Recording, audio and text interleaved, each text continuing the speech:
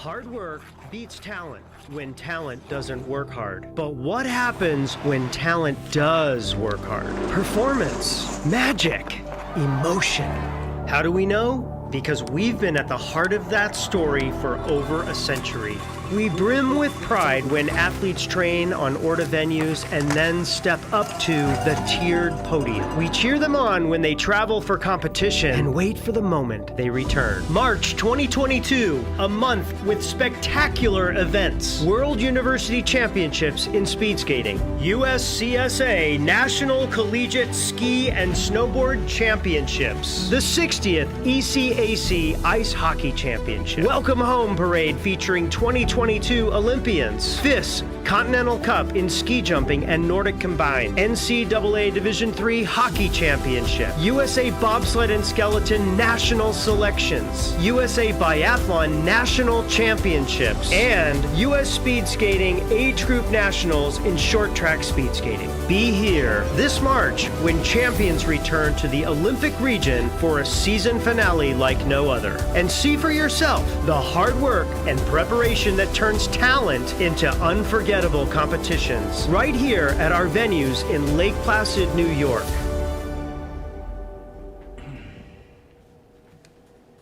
Hello everybody, welcome to beautiful Lake Placid, New York for FIS Continental Cup today. It's men's Nordic combined. Hi everybody, I'm John Morgan, joined by the 2010 Olympic Games gold medalist in Nordic skiing, Billy DeMung. Billy, you're so familiar with this facility, it's pretty unbelievable what they've made of it in the last couple of years, huh?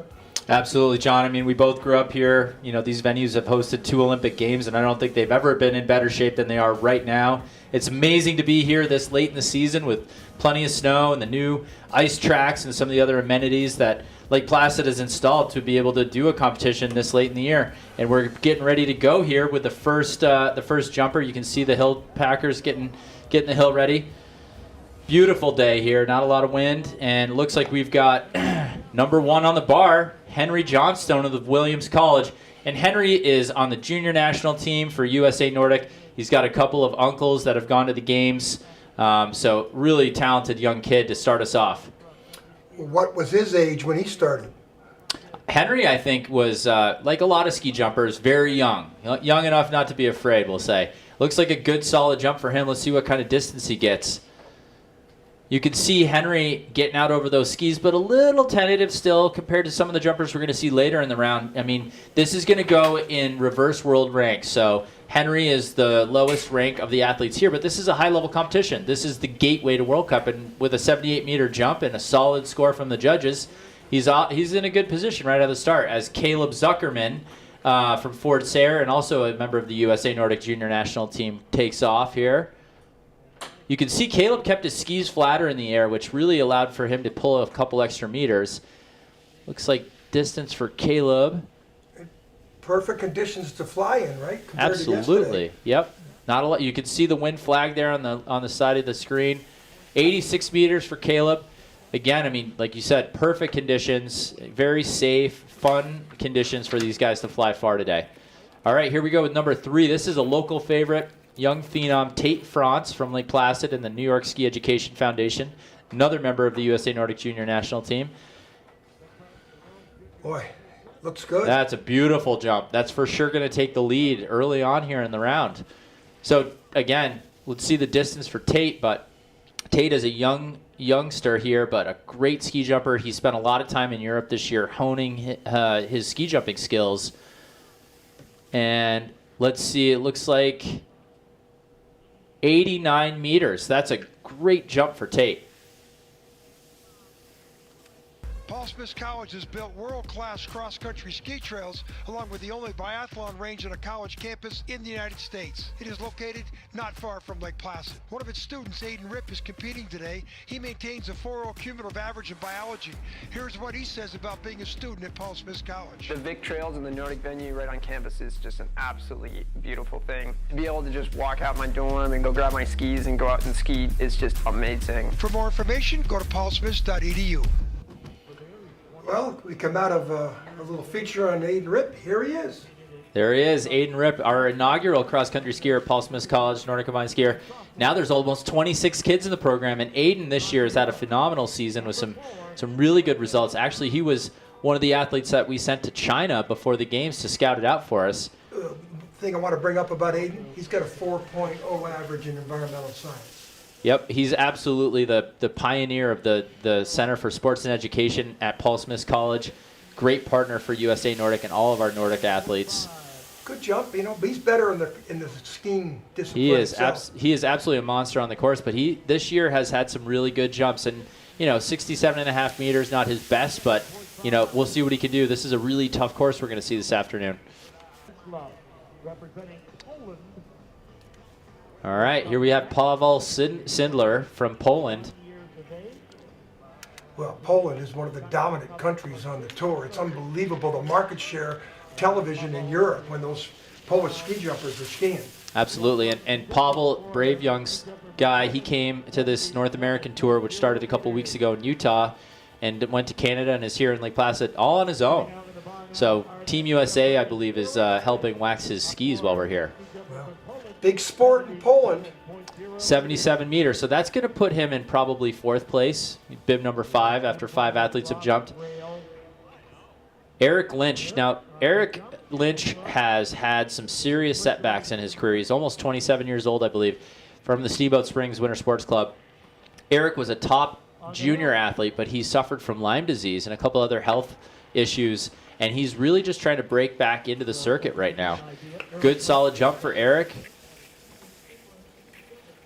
You're not going to find a guy with more commitment than this guy. After basically having to take 5 years completely off, he has trained diligently and is throwing everything he's got at trying to get back onto the national team.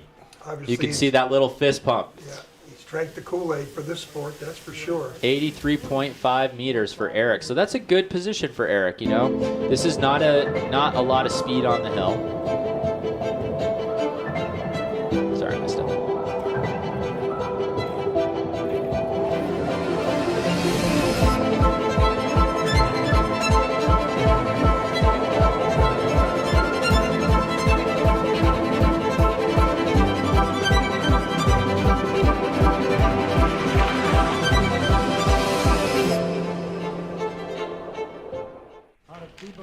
All right, and we're back with number 7, John. Jasper Good, one of our world-class athlete program military members here on the USA Nordic national team.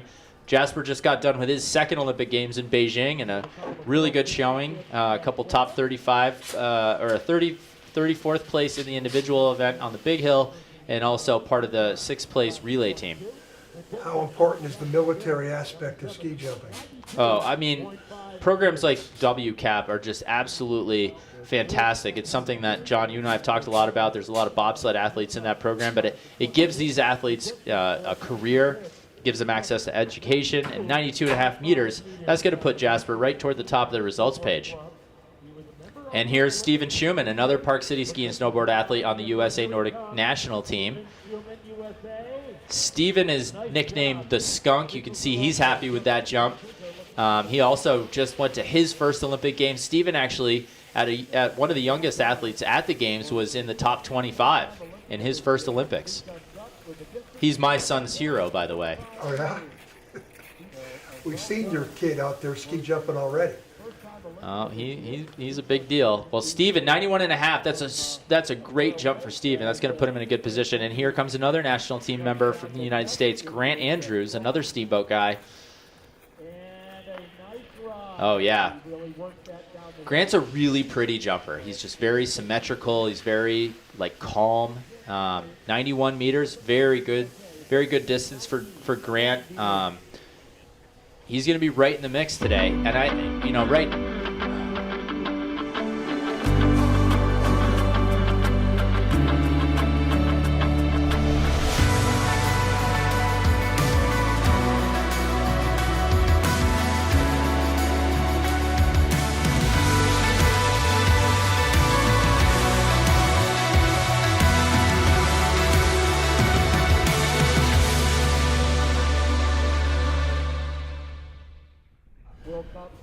Next up, on top of the jump, Oh, we've got Domenico Mariotti of Italy.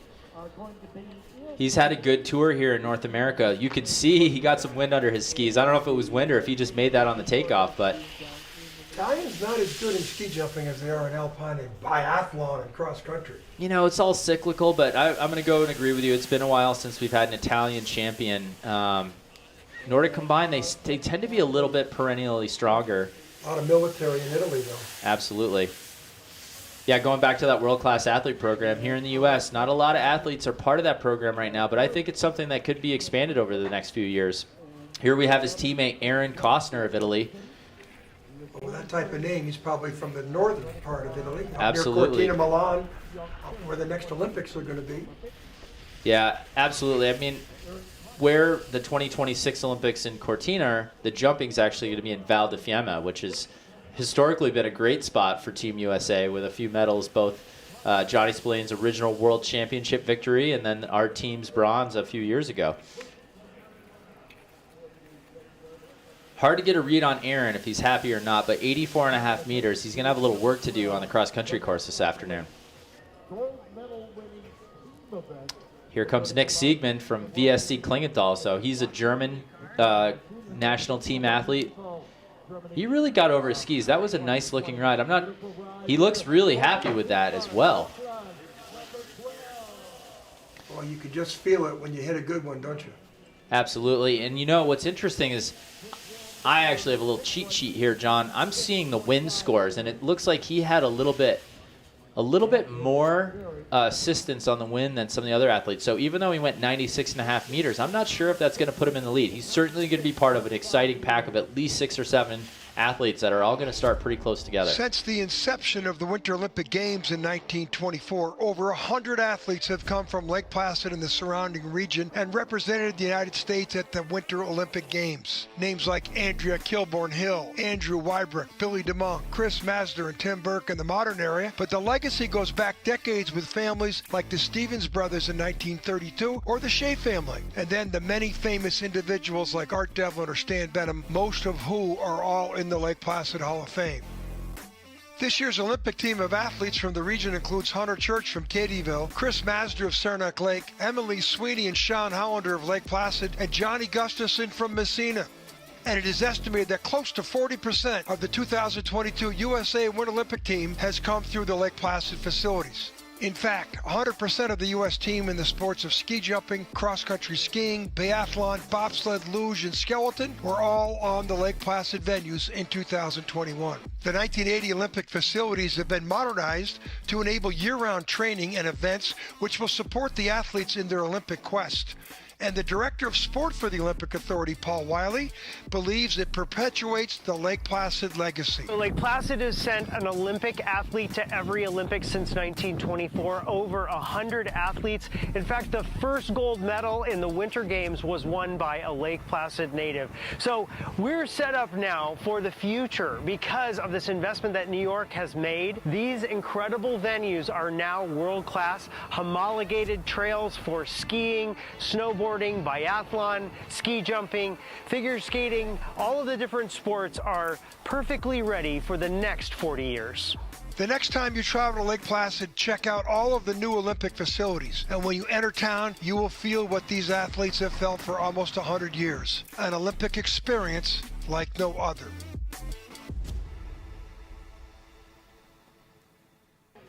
Well, a lot of Olympians out here, Billy, including yourself. So that was a pretty good promo for what Lake Placid produces. Absolutely. It's amazing how many athletes are from here. As Marc-Louis Rayner of Germany soars down the jump here. Looks like he got down the hill. He doesn't look happy, though. So, again, I think there's a little bit of wind kind of spilling up and down the hill. To be honest, though, I don't have a lot of patience for athletes that don't look a little happier after they land. I think that should be an automatic deduction on the judge's side. You'd be a good judge then, huh? It looks like he got way down that hill, though. He did, yeah. I mean, I think he could have smiled, and I think he was happy. Well, 94.5 meters. I mean, again, this is going to be a dog fight this afternoon. There's going to be a lot of skiers all in that pack between, looks like right now we've got Tate France in the lead. Another German here, Wendelin Thonheimer. This is a young athlete. I'm not as familiar with him. So this Continental Another good Cup jump. is like a warm-up to the World Cup, right? You have to qualify through here to get upstairs? Yep, you cannot go to the World Cup before you've scored points in the Continental Cup, and you actually, the nations earn spots for their World Cup teams at the Continental Cup level. So these again, are it all- looks, the way his skis are reacting, and based on what we've seen from some of the other athletes, it looks like they're getting a little bit of tailwind at the bottom of the hill, which is probably giving them not such a good feeling, while you see some of the athletes not super happy. Didn't start in the second run. Yeah, it looks like his teammate Thomas Redinger did not start today, so hopefully he's okay.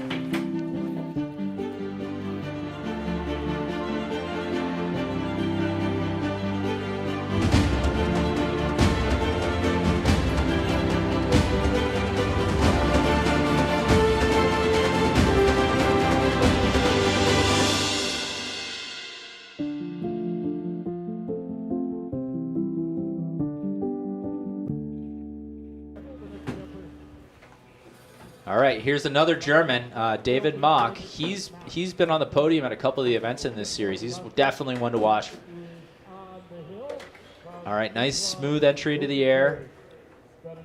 Okay, not as much distance as some of the other ones, but again, that wind may be playing a little bit of a role. And there is a bit of a handicap system in the wind. So I'm seeing the actual scores full in, judges plus wind plus distance, and it looks like David Mock with a 90.5 meter jump, which we've seen jumps as long as 96.5 from his teammate Nick Siegmund. However, that slots David ahead of his teammate. So again, that wind playing a little bit as the last German of the event, Jakob Lange, comes down the in run. Right now, the Tate France from the United States is in the lead. He is, and Jakob putting a really nice looking jump down there. He's won a few of these this year as well. 91.5 meters is what Could be good enough the for, like, initial fifth. score comes in. Look at that nice flight, though. Remember we talked about this earlier. He's fully committed, very relaxed in the air, letting it carry him down the hill. Nice telemark landing.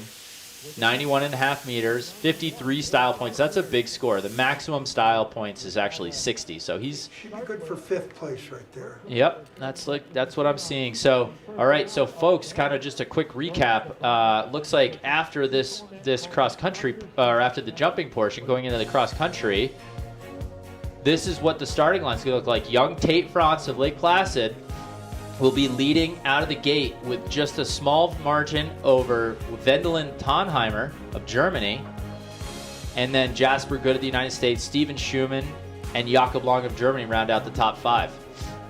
And just to give folks a little bit of an idea, those first five athletes will be leaving the gate within 20 seconds. Wow, it's going to be a race. It is. So 10 we've got kilometer race coming up in a half hour. That'll be live. Billy and I are going to stay with you here and put a couple features on from Lake Placid. And, you can see some warm-up going on here. But how about this facility, Billy? Oh, it's unbelievable. I mean, they really thought through what a world-class facility would need, not just on just the purely athletic side in terms of course, but here in the building that we're sitting in, which is kind of behind the view we're looking at on screen. Big competition center with a nice cafeteria, a lot of strength and conditioning, even some retail. And all the things that we need, from announcing this show to what the jury and the officials need. Really fantastic. One of the best in the world, if not the best. I think it is the best, actually. I've heard that from people that have come here from Finland and from Norway. They're kind of like, how did this happen? And John, maybe walk us through. I mean, Lake Placid has really sprung back to the top of winter sport. Well, they've upgraded all the facilities for the World University Games, as we have mentioned. But, Billy, again, you're an Olympian. There's that Olympic feel in Lake Placid. I was born and raised in Saranac Lake like you. Billy and I, we're both Saranac Lake High School graduates in different decades. Yeah. But we both, born and raised in the Olympic movement. For me, it was bobsled. For you, it was skiing. And we tried to get you involved with rugby, but your dad, Leo, wouldn't let you involved because you're too small. I broke too many collarbones as a kid playing rugby, so. But, Olympians, one thing we talked about the Olympians, last night in Lake Placid, they had an Olympic parade to celebrate all of the Olympians returning from Beijing. but also a lot of former Olympians that live around here and future Olympians. Let's take a look back at the parade last night. The Olympians Welcome Home Parade kicked off in Lake Placid on March 24th with hundreds of athletes, including many former Olympians and over a dozen who competed last month in Beijing. Lake Placid is in the midst of hosting a number of events in the month of March, and this weekend is a busy one with the USA National Biathlon Championships, the FIS Men's and Women's Continental Ski Jumping event, and Nordic combined competitions, along with the D3 Men's Ice Hockey National Championships. But the evening belonged to a celebration of the past, present, and even the future Olympians, with a parade down the main street of Lake Placid onto the new Olympic Oval, where speeches were made to celebrate the Olympic legacy of Lake Placid. The MC of the evening was Paul Wiley, who was the 1992 Olympic silver medalist in figure skating and the director of sport for the Olympic Authority. This village has been in the Olympic winter sports business for over 100 years. Olympic Authority CEO Mike Pratt talked about what the world needs now. The world needs sport right now. We need unifying values, competitions, fairness. We're happy that all you athletes are here to help show us the way to a better world. Two-time Olympic alpine skiing medalist Andrew Wybrook talked about what it meant to him growing up in Lake Placid. It was such a pleasure and such an honor to grow up in Lake Placid and to be part of the Olympic fabric here. But the highlight of the evening was the 2022 Olympic bronze medalist in women's bobsled, Sylvia Hoffman, who provided an emotional speech of what she went through to become an Olympian. So I want to thank the community of Lake Placid. I want to thank the state of New York. I also want to thank ORDA and the Federation of USA Bobsled and Skeleton for giving me the opportunity to train with you all. I couldn't do that alone. It took you all and it took everyone that believed in me to help us get this Olympic bronze medal that I have right here today. There were many other former Olympians who were very impressed with the celebration of Lake Placid's Olympic legacy. It's incredible. Like, not only do you have a ton of historical hometown Olympians, you've got a ton of Beijing Olympians, and a whole host of athletes that are here to compete in a bunch of different sports, and a ton of excited youth. So, awesome day. Inspiring, and to be here with just like friends and family who were supporting us before they even knew we were going to be Olympians was just a great feeling. I grew up dreaming about the Olympics, so to make it come true this year and just see everyone in town, all my friends, all my family, it's just an unreal experience. Lake Placid always surprises me with the Olympic spirit, where it comes out, when it comes out. It can be a shoulder season like now, it can be in the middle of winter, it can be in the middle of summer, and the winter Olympic spirit comes out. At the end of the evening, Sylvia Hoffman lit the torch and opened up the weekend of national championships and Olympic celebrations.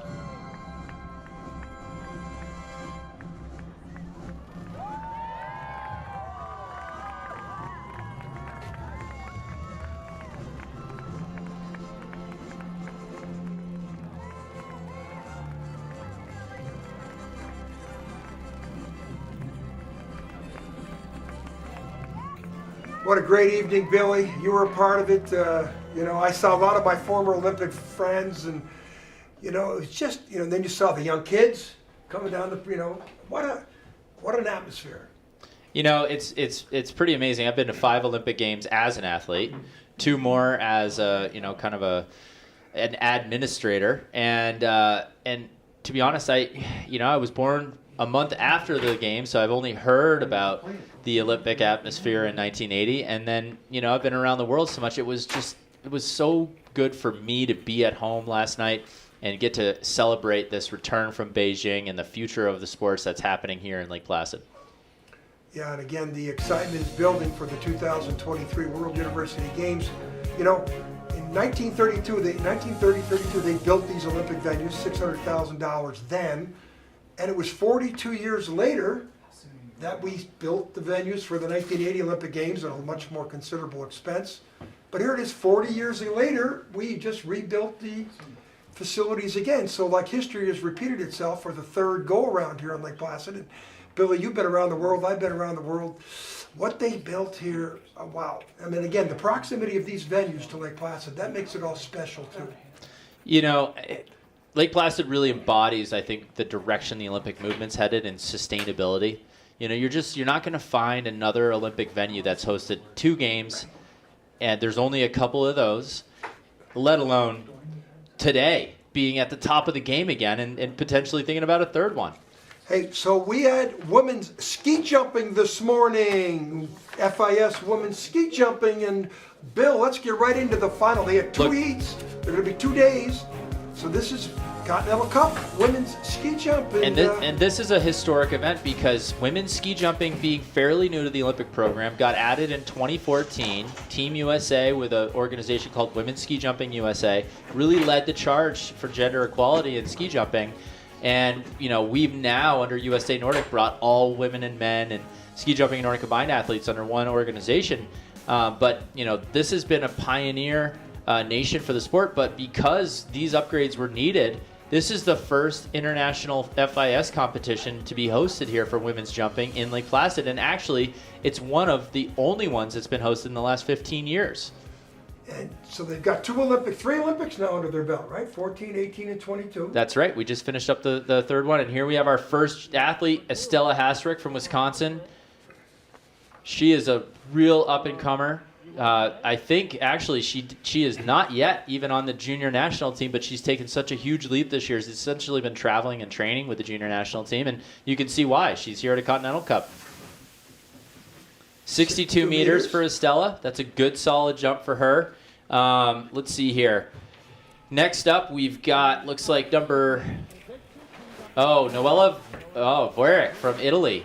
Strong Italian contingent here, which is great to see. It's hard to bring athletes overseas at the end of the season, but Italy really made a nice commitment to this series. So you go by here, you can't see the big statue down here, but it's of Art Devlin. Slovenia won the Women's World Cup, the Olympic gold medals this year, right? That's right. And the one of the ladies who won, you know, in those famous movies of the wide world of sports, that guy falling off the side of the ski jump, yep, his daughter won the gold medal. That's crazy, right? It's crazy. And, you know, and Art Devlin was on the call. Art Devlin, a historical part of our...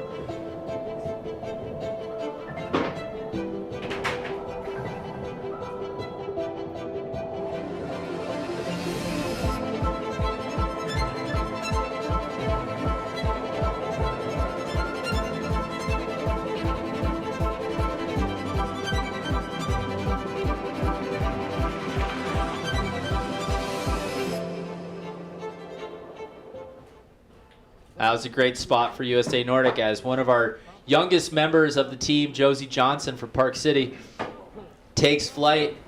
Josie is an amazing young woman. She's a strong mountain biker. She's an incredible ski jumper.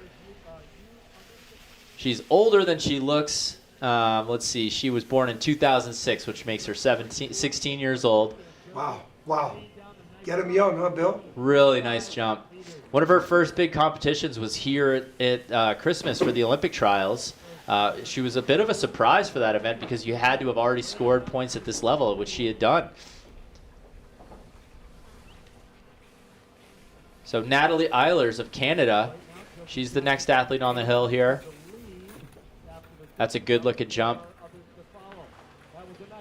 Looks like she bobbled the landing a little bit, but Canadians aren't as strong in the ski jumping as... Well, they got their first medal there in Beijing. A little bit of a surprise, but I got to say the team, it was a mixed team event, 2 women, 2 men, first time in the Olympic history. Of course, there was a lot of disqualifications in that event. There was, you know, but one of the things, and I texted the athletes as it happened from Canada because we coached the men's side of that under USA Nordic.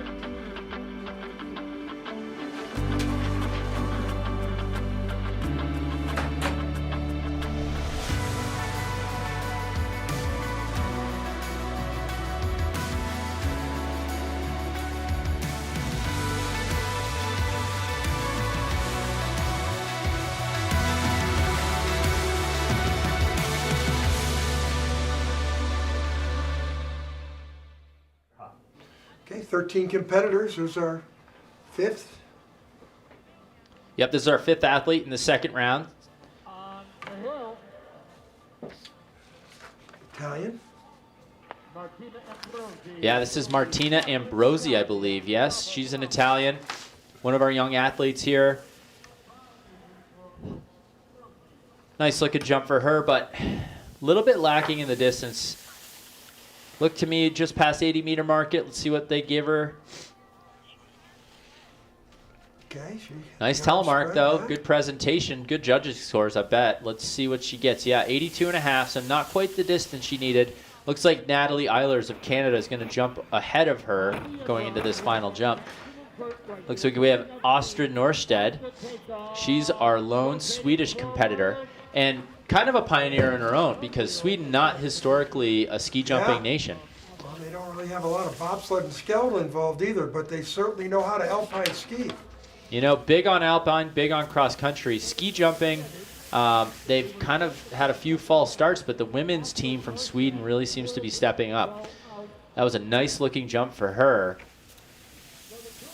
84 meters, 49.5 points. So that puts her in first place as we move down the list here. And this is the second of 2 jumps.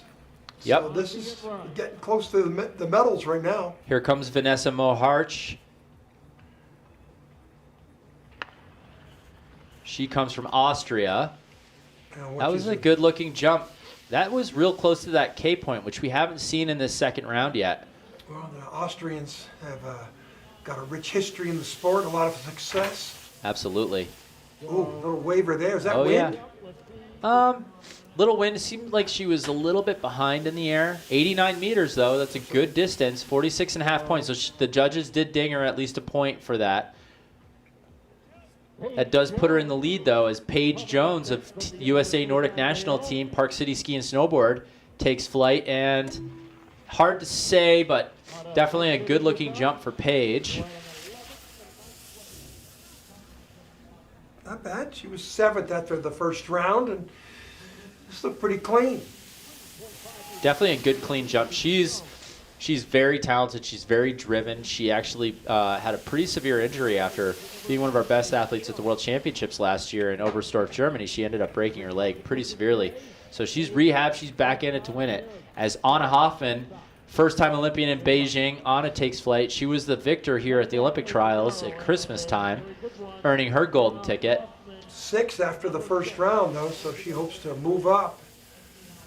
Boy, what a thrill for her. She didn't know she was going to the games. She did not. It was a last-minute ad. We got a spot reallocated right before the games. We were able to get her COVID cleared and off, and she did a fantastic job. 90 meters. That's a great-looking jump.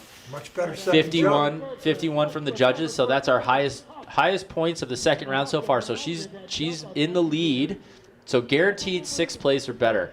As Hanna Wiegler, also Austria, takes flight. Got some wide. Yeah, she looks like she had a little bit of a bobble, but good distance. So it'll be interesting to see what the composite score looks like here. Well, looked like you said a bobble. It didn't look too bad there. It looked like she's pretty stiff on the landing. A little stiff, but good distance, 90.5, and great style points, 52.5 meters. Since the inception of the Winter Olympic Games in 1924, over 100 athletes have come from Lake Placid and the surrounding region and represented the United States at the Winter Olympic Games. Names like Andrea Kilborn-Hill, Andrew Wybrick, Billy DeMonk, Chris Masder, and Tim Burke in the modern area, but the legacy goes back decades with families like the Stevens brothers in 1932 or the Shea family, and then the many famous individuals like Art Devlin or Stan Benham, most of who are all in the Lake Placid Hall of Fame. This year's Olympic team of athletes from the region includes Hunter Church from Katyville, Chris Masder of Saranac Lake, Emily Sweeney and Sean Hollander of Lake Placid, and Johnny Gustafson from Messina. And it is estimated that close to 40% of the 2022 USA Winter Olympic team has come through the Lake Placid facilities. In fact, 100% of the U.S. team in the sports of ski jumping, cross-country skiing, biathlon, bobsled, luge, and skeleton were all on the Lake Placid venues in 2021. The 1980 Olympic facilities have been modernized to enable year-round training and events which will support the athletes in their Olympic quest. And the director of sport for the Olympic Authority, Paul Wiley, believes it perpetuates the Lake Placid legacy. Lake Placid has sent an Olympic athlete to every Olympics since 1924, over 100 athletes. In fact, the first gold medal in the Winter Games was won by a Lake Placid native. So we're set up now for the future because of this investment that New York has made. These incredible venues are now world-class, homologated trails for skiing, snowboarding, snowboarding, biathlon, ski jumping, figure skating, all of the different sports are perfectly ready for the next 40 years.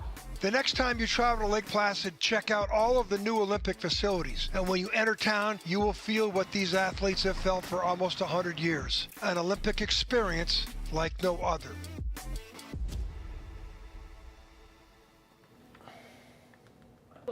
All right, John, we're into our last 5 here.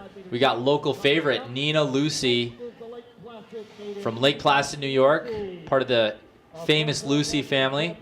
First family of skiing here in Lake Placid. That's a nice looking jump for Nina. Very solid, good looking flight. She doesn't look totally psyched, but on the flip side, I think that's a great jump for her. So she was 5th coming into this second jump. She went 83.5 in her first jump. Oh, that's definitely further in very nice style. She was quiet in the air, nice telemark landing. She's smiling. 87.5, 51 judges' points. All right, so that puts her, she's at least guaranteed 5th. Let's see if she can pass another person on this list. So she's had a great second jump. Now Big improvement. Getting close to the medals. Here we go. Annika Belshaw, Steamboat Springs Winter Sports Club. Annika is a fierce competitor. Way down and that's there. a big jump. Way down That's the longest jump we've seen for sure in this round. 87.5 meters on her first, but I gotta believe this is a lot more in the second run. She got down the hill. Definitely. I'm not even taking a chance at saying that's well over the critical point of 90. Absolutely. You can see she sailed over that. 93.5 meters. Nobody's gone farther than that. That's the longest jump of the day.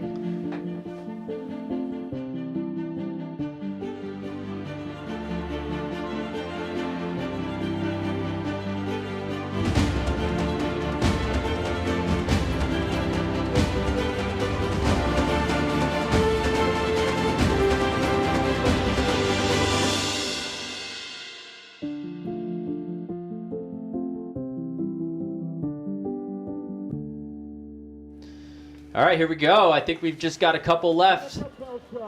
Here we go. Katharina Ellmauer of Austria. She was our leader, I believe, after the first jump. And she's down there. Wow, that's another big jump. All right, so this is going to be tight. Obviously, Annika just threw down the gauntlet. I gotta believe she would. 93.5 meters is Annika's distance.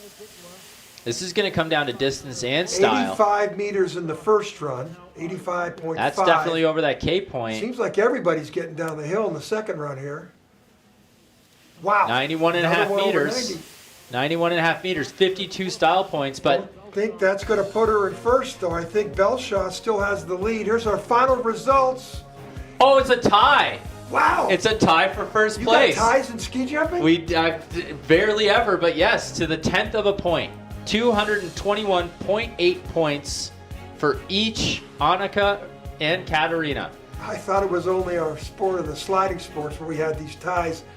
Boy, you were ever on a tie, Bill, in your career? No, because in Nordic combined, it's whoever's foot crosses the line first. You can always figure that one out. Okay, so now we're minutes away. We're about 6 minutes away, Bill, from the live. Yep. We've been coming to you on tape for the first 50 minutes here, but now we're going to get ready for this, the 16 guys going out and explain they go out according to their jumps, of course, Bill, and but there's 4 or 5 guys going out within 20 seconds of each other, so it's anybody, right? Oh yeah, this is going to be a super tight race. Looking at the start list, as I said before we went to the break to watch the women's round, the first 5 athletes are going out in 25 seconds. So starting out with local phenom Tate France of Lake Placid, followed by German Wendelin Tonheimer, and then American teammates Jasper Good and Steven Schumann, both Beijing Olympians, in 3rd and 4th, with Jakob Lange of Germany, and then our first Austrian skier, Marc-Louis Rayner, will round out the top 6. But I'm looking down the list, John. It looks like we have the whole top 10 is going out in a minute, but 8 of those 10, the first 8, will go out in 30 seconds. So You're going to see this all come together. And the question is not if, but when is it going to blow apart? What kind of moves are we going to see on this course?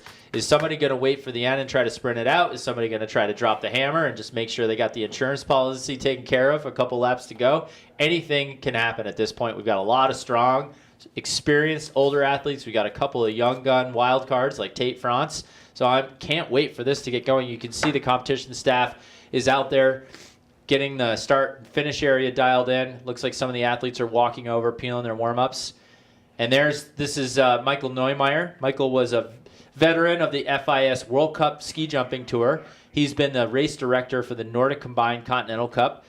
So he's the person that goes around the world all year and makes sure these events go off professionally and without a hitch. You know, a lot of history here in Lake Placid. We talk about the venues and how many times Lake Placid's welcomed the world. Let's take a quick look at Lake Placid and how they're welcoming the world now. Lake Placid has hosted 2 Winter Olympic Games, and recently New York State has upgraded all of its Olympic facilities for next year's 2023 World University Games. This includes improvements at the ski jumps, Whiteface Mountain, and the speed skating oval, along with the 1980 Herb Brooks Arena. But the real enhancement was at Mount Van Hovenberg, where they built the Nordic Biathlon Stadium. And on the other side sits the bobsled loose track, and on the ground floor of this building is a 60-meter running track. On the 3rd floor, a state-of-the-art indoor push facility exists and has already paid dividends with the U.S. bobsled teams. In 1980, Lake Placid developed a slogan, "Welcome World, we are ready." And today it is ready again to host the world.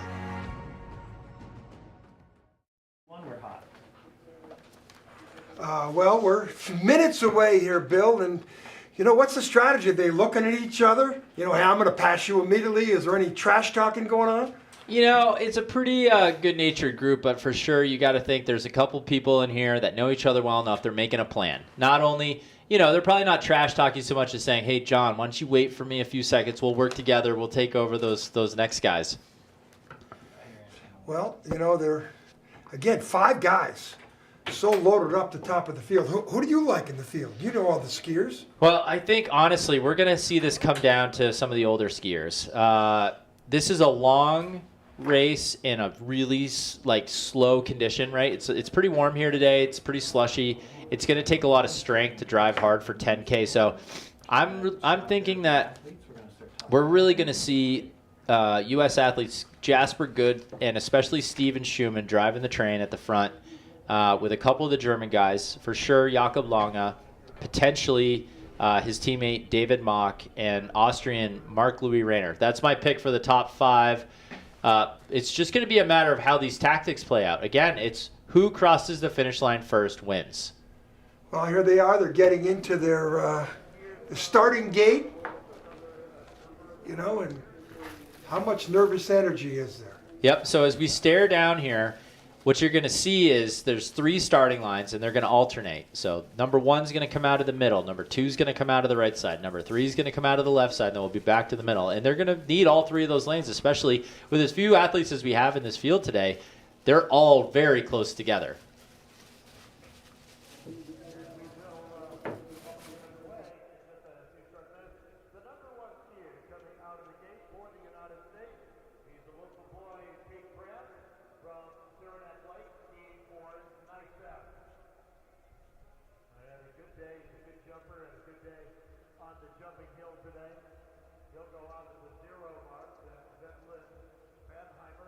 So John Morgan and Billy DeMong. Billy, the 2010 Olympic Games gold medalist in Nordic combined, the first ever medalist in that sport since the inception in Chamonix, France in 1924. Bill, does that seem like yesterday? It definitely does not anymore, John. Although I got to tell you, it's kind of fun now that I'm getting a little bit older to reminisce, and think back to those days. But what's been even more fun this last decade is helping build up events like this, and this team really is kind of my baby these days. Okay, we're minutes away. We are seconds away, I believe. Let's see here. Time check has us at 2:59 for a 3 o'clock start. So you can see how warm it is. We got people in T-shirts already, and boy, the course conditions, they can blow more snow here than any place in the country, right? On this course? I absolutely think that's correct. It's incredible. As we talked about, there goes Tate France of Lake Placid right out of the gate. Number 2, that's our German Wendelin Tonheimer. they're going to fire out of here. So let's see. Next up is going to be Jasper Good. He's looking at the camera right now, number 3. There goes Jasper. Jasper, one of our military members. And his teammate, Steven Schumann, will be chasing him. We're already on to number 5, Jakob Lange of Germany. Up. There goes 6, Marc-Louis Rayner of Austria. David Mock of Germany. It's all related to how they jumped this morning, right? It is, yep. There's basically, for every meter you jump or every point that you're behind somebody on the jump, you get a little bit of a time deficit you have to overcome. But again, whoever crosses the finish line first wins. So let me ask you, how good were you the day you won the Olympic gold medal? Did you do better in jumping? Did you better in skiing? Or did you do better in both? You know, in modern Nordic combined, you definitely got to be good at both. I'll give you an example. In the small hill in Vancouver, I jumped to 26th and I ended up 6th place. I really had no chance once I gave myself that many spots to overcome to really win a medal. The second one, I jumped to 6th place. So again, really good jump result for me, and then skied a great race and was able to pull off the victory. Wow. There goes number 11, Caleb Zuckerman, one of those youngest up-and-coming Americans that we talked about. You can see, look at this lead train. It's all coming together. We got 5 almost all together already. And how would you rate this course? Oh, this is a fantastic course, but it's really tough. You know, a lot of elevation gain. One of the challenges of doing a venue here is that you're limited by, you know, the amount of state forest preserve that are surrounding this beautiful region. That's why it's so austere and beautiful. But on the flip side, you have a very small footprint to work with. So this whole venue really exists in a tiny area. And Chris Seymour and the team here at Orta did a fantastic job laying this out to maximize the terrain. But not only is it very challenging, I think, let me take a look here. There's 3 to go. This looks like Sindelar from Poland is the next one out. Then Henry Johnston from Williams College is the next guy right here on the left. You see him looking for the time, and Henry's probably counting it down, and he's off. Last guy out will be Aiden Ripp of Paul Smith College, who's again, here goes Aiden, so he's out, and everybody is out. All 16 athletes are in the field, and now we can see Catch Me If You Can here. And I can tell you, the strength of the U.S. team has always been cross country, and it's nothing unusual with the young team that you'll see here today. Aiden's certainly going to be getting closer to the leaders, not further away during the cross country portion. But again, the jumping is, you know, it has to be in lockstep. And Jasper, Steven, and Tate is showing that, you know, we're focusing on that, and as a team getting better on the jump hill as well, because that will be the crucial piece to getting back on the podium at the Olympic Games. I'm just trying to look up, John, how many vertical feet of climb there is per lap. And my guess is it's going to be somewhere about 300 vertical feet per lap of 2.5K. So 4 laps, 1,200 vertical feet these athletes are going to climb, in addition to the 10 kilometers they're going to ski. Compare that to the Olympic course that you won your gold medal on. Very similar, yeah. Probably a very similar homologation standard, although I think this course flows even better. Well, as you can see that. You can tell there's been a lot of snowmaking on this course. Spring conditions here in Lake Placid, but boy, skiing is perfect, isn't it? I know we all talk about the weather changing, shifting, but was there ever a week in your life that you remember late March being able to reliably plan events like this? Every once in a while, we get a little dump in March, and yeah, but now we don't have to rely on Mother Nature as much. They'll be skiing here for another couple. It's supposed to get cold next week too, so I might be out here for a couple turns. Unbelievable. And is the course too challenging for young skiers? Oh, absolutely not. No, I mean, especially, young skiers, maybe at the junior level, but certainly at the senior level. This is the senior level. There might be young skiers, but they're super talented. This is exactly the kind of course that we need for this type of competition. Oh, I was wrong. Total climb 364 meters. This almost exceeds the Olympic standard. There goes number 9, Grant Andrews. Don't know where Grant is. And here comes our younger skiers. That's Henry Johnstone, Pavel Sindler of Poland, and Aiden Ripp catching on fast. Aiden is a good skier. Okay, here we go. This is Jakob Lange. The question is, Oh, He's sorry, taking over that the is Wendelin Tonheimer. So he's taking over the lead. He has taken over the lead. No surprise. He started in second place. Tate France, incredible athlete. But again, at some point, this does come down on the cross-country side to strength and maturity. Great. And what kind of wax you got on today? Well, they've banned fluorocarbons for Mother Nature's sake and Wax-Tex lungs, but whatever it is, it's going to be extremely hydrophobic because it's very wet today. Down right below our broadcast position, and some pretty good speeds coming down that hill. Oh, yeah. We should put a speed trap out there. Let's see. As they come through the lap, it looks like we've got a real big pack. Okay, I see our leader coming into sight here. He just came through the lap. You can see him on the right side of your screen, heading out on his second of 4 laps. That's number 2, Wendelin Tonheimer of Germany. And if we wait right here for a second, we're going to see the big chase group. Well, he got out there a long ways, though. He did. I mean, this is his strategy, obviously, is not to get caught. He's going to burn a lot of matches, though. So if he does get caught, he's going to have a hard time hanging on or out sprinting anybody. But here comes a really strong group of skiers through the stadium right now, heading up the first climb. Looks like we've got number 7, David Mock of Germany, leading the train. But in that group, we've got the American athletes, Steven Schumann and Jasper Good, along with Mark-Louis Rayner and German teammate and the series leader in the green jersey, Jakob Lange.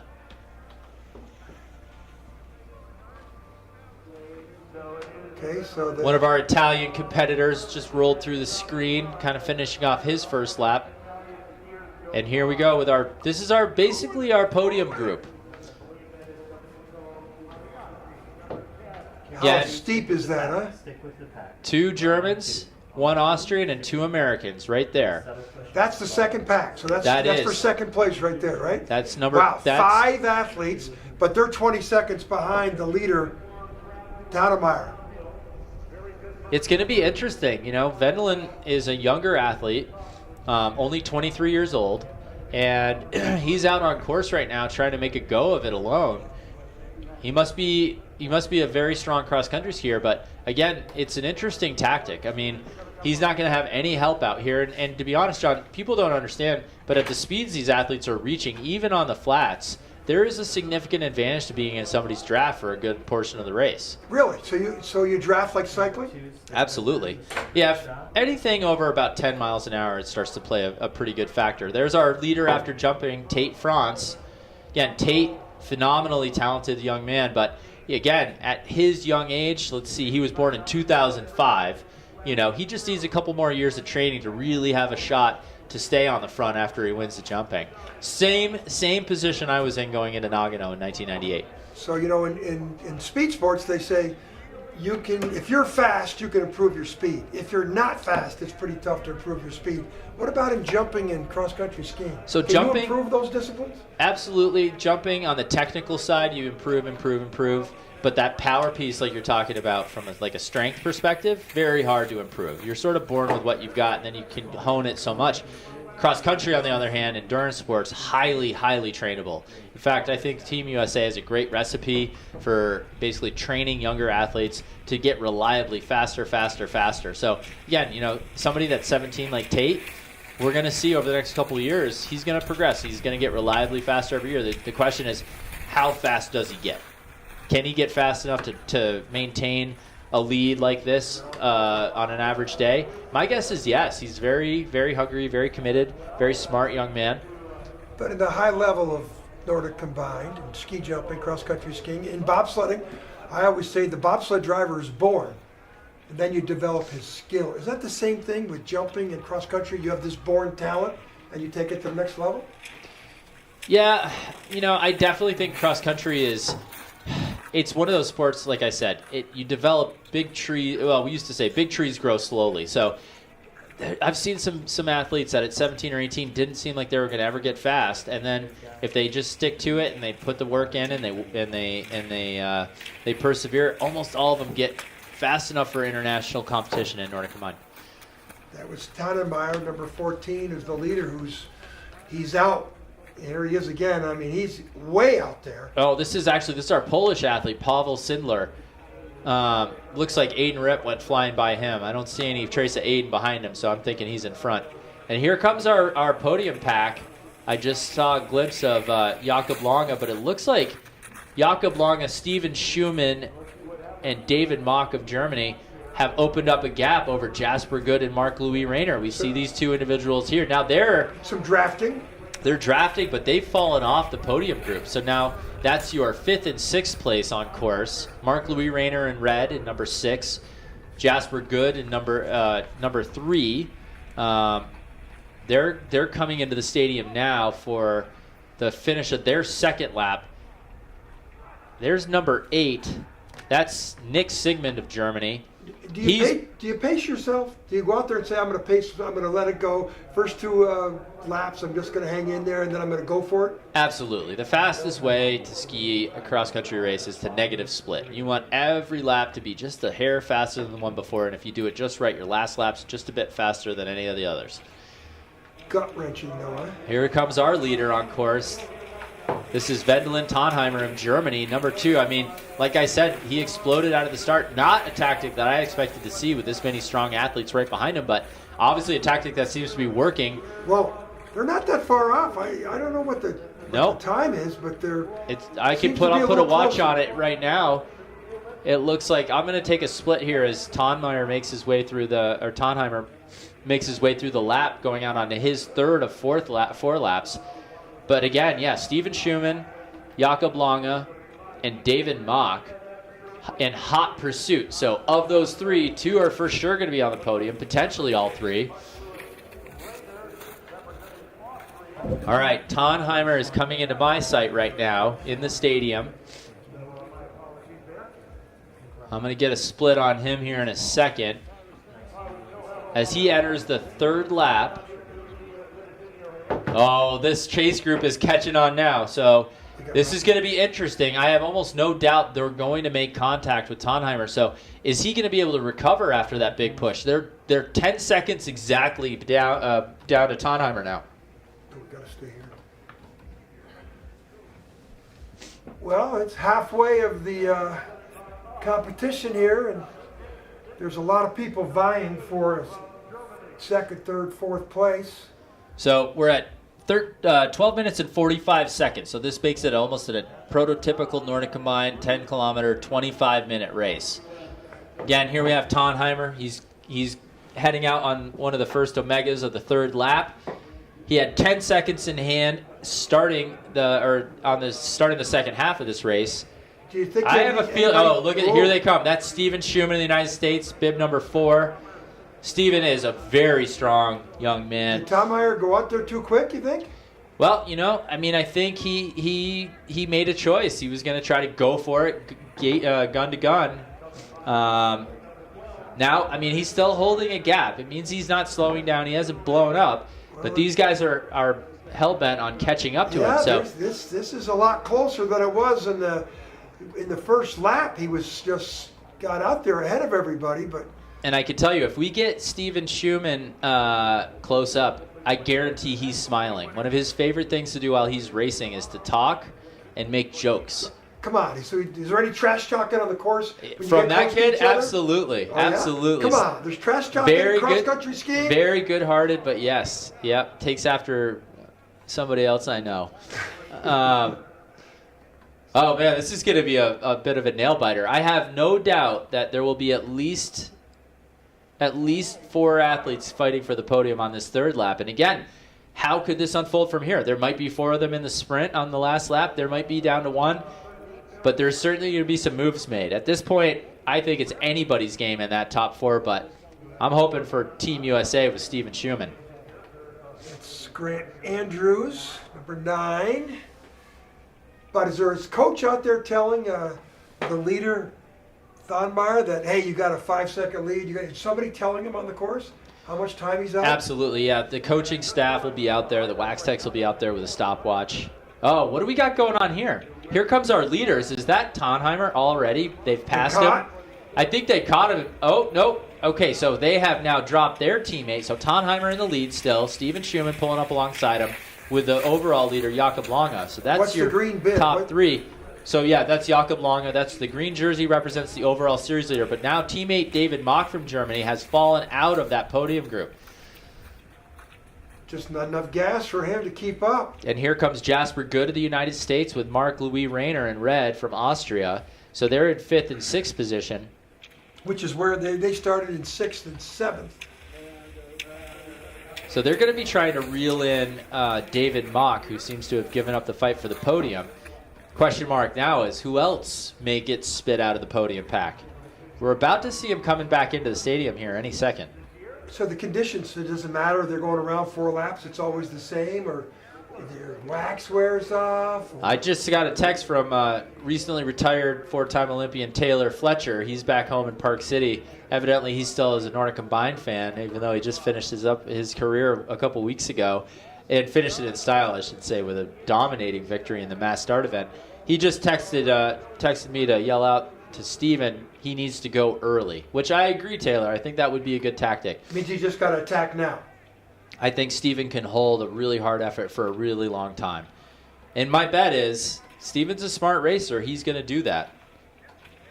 So John Morgan and Billy DeMong on a nice mild afternoon in Lake Placid, New York at the ski jumping complex, or excuse me, the Mount Van Hovenberg cross country complex. And there goes Grant Andrews, number 9, Team USA Nordic. Yeah, John, I mean, this is just such a fantastic facility. Again, you know, everything from the fiber optic cable to the snowmaking to the trails, every detail has been thought through and brought to fruition. You know, next year's World University Games are going to be the best ever held, I have no doubt, with 12 sports and live television. And what is the feedback you're getting from the Europeans? Oh, everybody who comes here cannot believe what has happened here, and they can't wait to be back here for more opportunities to train and compete. There goes a leader after jumping, Tate Franz. He's skiing a nice, strong race for a 17-year-old. Really excited for him.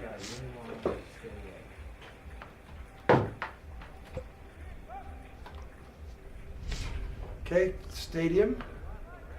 Yep, we're just taking a little breather here on the stadium. As the leaders make their way back to go out onto their 4th lap, here they come. They're coming right in underneath us here. Steven Schumann out in front. Jakob Lange, the overall Continental Cup Series leader from Germany, in 2nd, and his teammate who started the race in 1st and was trying to win it off the front, Wendelin Tonheimer, still hanging on in 3rd. So Wendelin obviously kept a couple bullets in his gun, right? So he went for it. He went for it. And he made sure that when he got caught, he still had enough gas in the tank to be able to sit in. So, you know, this is going to be a really, really exciting finale. I would say at this point, I'm going to agree with Taylor Fletcher. If Steven Schumann pulls the trigger hard here on one of these climbs, especially the big hill in the middle of the last lap, he's probably going to be able to hang on for a win. Now, if one of these Germans is able to stay with him, anything could happen in the last 100. So you can see they're kind of relaxing, it looks like, a little bit. Probably Steven's saying, look, guys, I'm not here to give you a free ride, so I'm going to go easy. If you want to take a turn, you can go for it, but otherwise, I'm not giving you a free lunch. Now, is Steven Schulman looking over his shoulder, or is he just going for it? He knows they're there, he can feel they're there. The way he's skiing, with the poise he has, he's just kind of going along at his pace, saving up some energy, believe it or not, to pull that trigger and pull it hard. My guess is by the time they're going to come back into our camera view, in the view of our cameras, we're going to have a lot more. Something will have happened. You can see Steven there. These little climbs at the beginning of the lap. Oh, there he goes. That's an acceleration. So these shorter bumps, he's going to try to just test them a little bit. If he can get a gap over the top of this hill, he'll take it and run with it. But if they stick, he might have to reconsider. He's going over the top hard. You can see they're all looking at each other now. Did anybody drop? So is he in the, just trying to stay behind, wait for his time, or is he just... I think Tonheimer right now is hoping that it doesn't break up enough so that he doesn't have a chance to sprint it out, but I think he's given up the hope to actually go off the front. I think Steven Schumann is going to keep pushing the pace and see if he can't open up a gap that he can soar in here solo. And I can't tell. Jakob Lange, I've known for a long time. he's certainly a strong skier. He kind of looked to me like he's just trying to hang on to Steven. It's number 7 and number 3. That's David Mock and also Jasper Good. Yep, so it looks like they've passed German teammate. Let's see here. Boy, he looks exhausted, this Oh. athlete here. That's number 1. That's Kate Franz.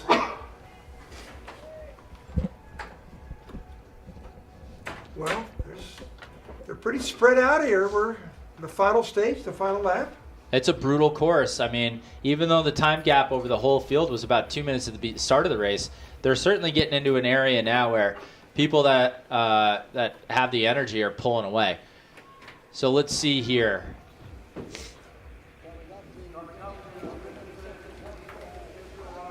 This is number 14. Pavel Sindlar from Poland. Well, doesn't look like it's steep there. It is really steep coming down that hill. And I heard this morning was Biathlon Nationals out here at Mount Van Hovenberg. Over 190 athletes competed, and there was a lot of crashes. So, this is a really elite field here. These are, athletes that have competed and are on their way to World Cup skiing. So we haven't seen any crashes this afternoon, but you put some skiers of a slightly less ability out on this course, and with the slushy conditions and these steep grades, it's really easy to make a mistake. Here comes Aiden Ripp through the stadium. You can see he's just absolutely hammering. Behind him, looks like we've got Henry Johnstone from Williams College and USA Nordic's junior national team, together with Eric Litch of Steamboat Springs Winter Sports Club. So Aiden Ripp. Aiden Ripp is obviously just doing what he does best, which is ski. Putting the hammer down for sure. Okay. That is... Tell that number. That is Caleb Zuckerman. Okay, all right. Okay, pack. So now you can see. Yeah, he looked looks over like his shoulder there. Steven looked over his shoulder. What that tells me is he just put in a huge dig to try to drop these guys, and he was unable to do it. So I think he followed Mr. Fletcher's advice. Go for it. Here comes the pass. But this is going to turn into a drag race. There's almost no opportunity left. Look at the speed that they're bringing down here. Yeah. There's almost nowhere left on this course where these guys could really separate themselves.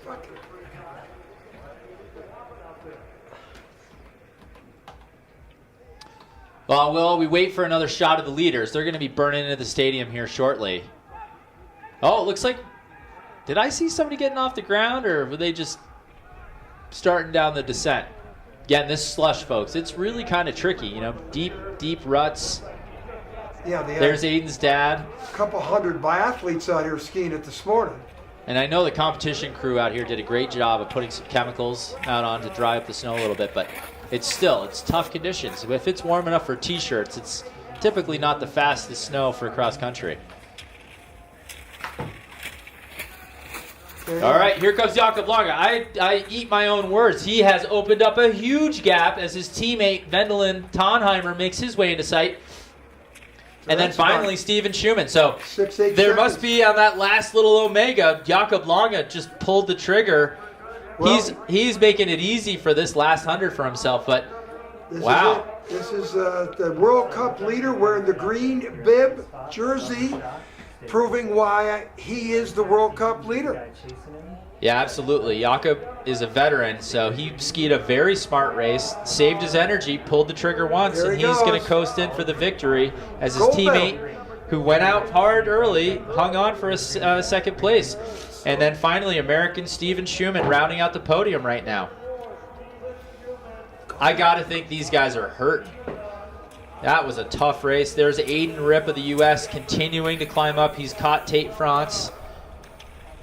So Aiden, easily into the top 10 now, having started in 16th, showing how strong he really is. Well, once he learns how to jump, of course, he's not far from the jumps going to Paul Smith College. Great shot of number 8, Nick Siegemann from Germany. Nick looked like he had a kind of a tough start, but obviously looking to finish this one off strong.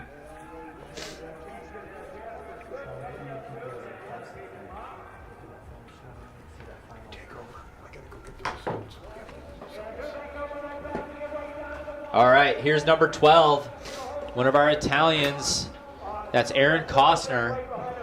You can see there's some pain on some of these faces. This is definitely hard conditions on a hard track on a warm day. If you've been racing in sub-zero temperatures all year, it actually feels hot to be outside when it's 40 degrees out. Beautiful day though. We've had some sun and some clouds, but absolutely austere scenery here. So again, just to recap, at the finish line right now, we've got Jakob Lange of Germany taking the victory over his teammate, Wendelin Tonheimer. And then Steven Schumann of the United States taking third place to round out the podium. This is Marc-Louis Rayner of Austria, number 6.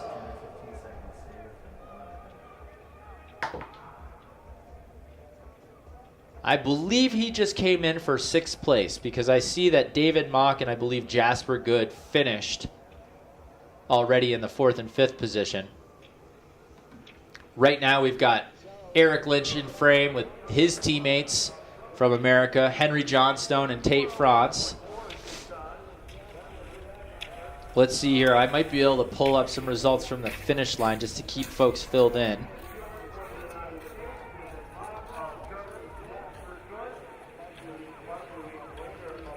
Yep, so right now, standings at the finish. Jakob Lange, Wendelin Tonheimer, Steven Schumann, David Mock, Jasper Good, Marc-Louis Rayner in that order.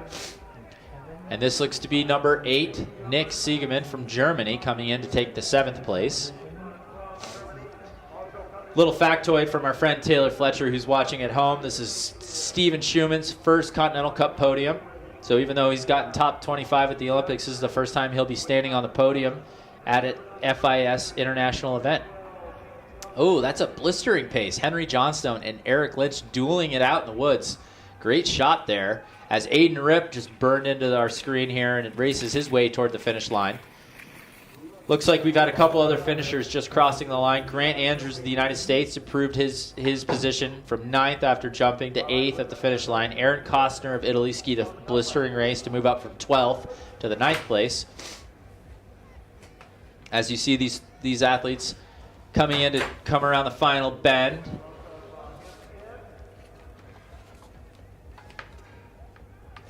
Here's Aiden Rip from Paul Smith College and USA Nordic Junior National Team. Huh? He's picked up a ton of spots, and I think, John, he's coming into the 10th place, as I said. Going to go from 16th to 10th, that tells you how good he skis. All right, it's official. He's across the line. Aiden Rip of Paul Smith College in the United States of America, followed by his teammates, Henry Johnstone, and it looks like Eric Lynch just barely edged him out. Tate France, the winner after jumping. Look, a very solid race for Tate.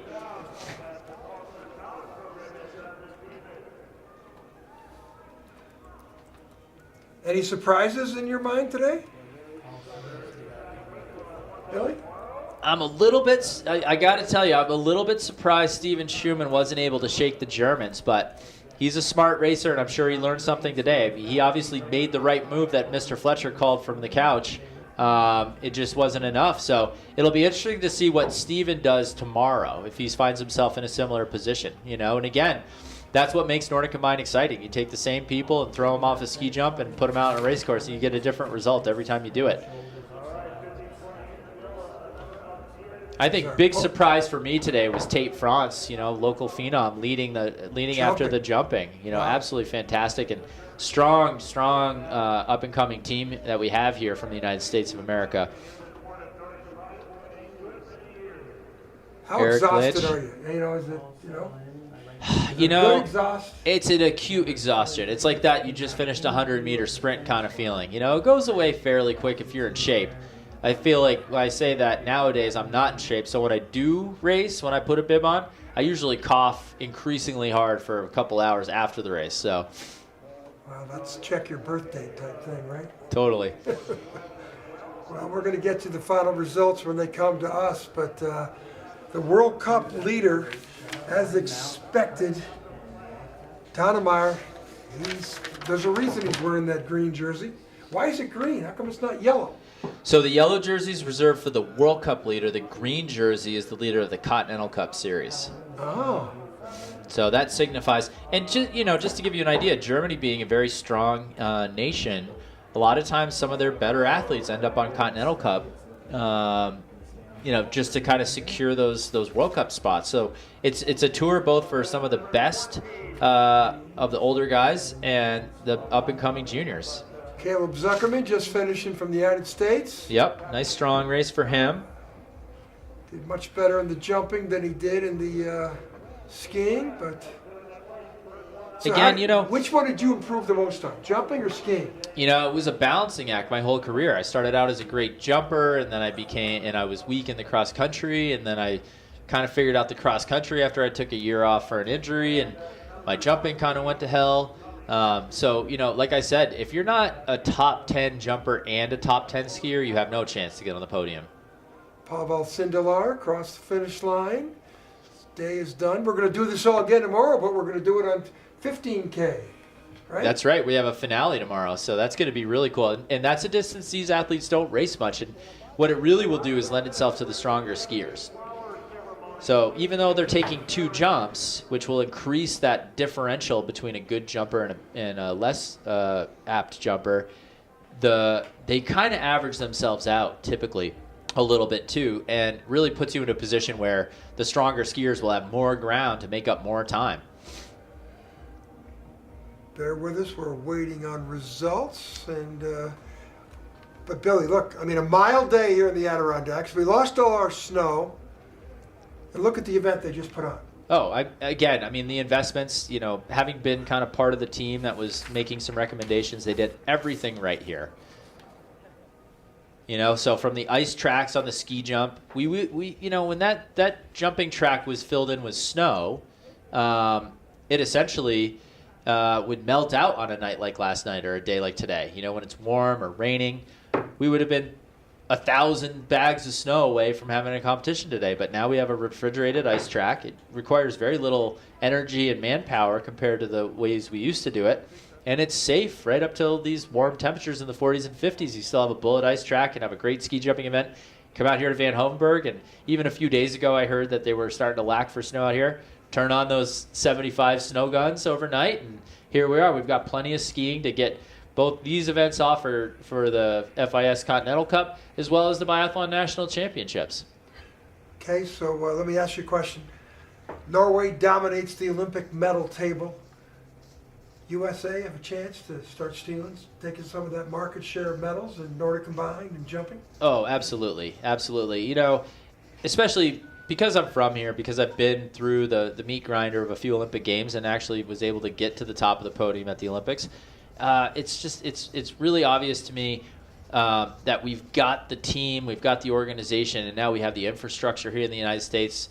Absolutely, we're going to be tracking for medals, by 2026, 2030, and beyond. There you go. Final results are up. Jakob Lange of Germany, this is the overall leader of the Continental Cup Tour, showing why he has the green jersey, taking the win. His teammate, Wendelin Tonheimer, after... Close that is, huh? Absolutely, yeah. Wendelin Tonheimer, off to the early lead, tried to make him go for it. Actually skied a smart race. When he got caught, he saved a little energy and was able to hang on and take the second place. Steven Schumann of the United States with his first Continental Cup podium. And then obviously David Mock, Jasper Good skied a race together, passing Marc-Louis Rayner and taking 4th and 5th. But again, that first 5 really tight, all within a minute, and that podium within 10 seconds. So really exciting race. So folks, we're going to gather ourselves here a little bit and we're going to go ahead and cut back to some content for you to enjoy of the Lake Placid Olympic area and the World University Games that's coming in 2023. We'll be back with the award ceremony shortly. Cameraman, you can come in. Yeah, There's no awards today. There will be no awards today, folks. We're going to come back for a little recap. We're going to show you, hey, this Olympic authority that runs all these Olympic venues, you'd like to come work? Here you go.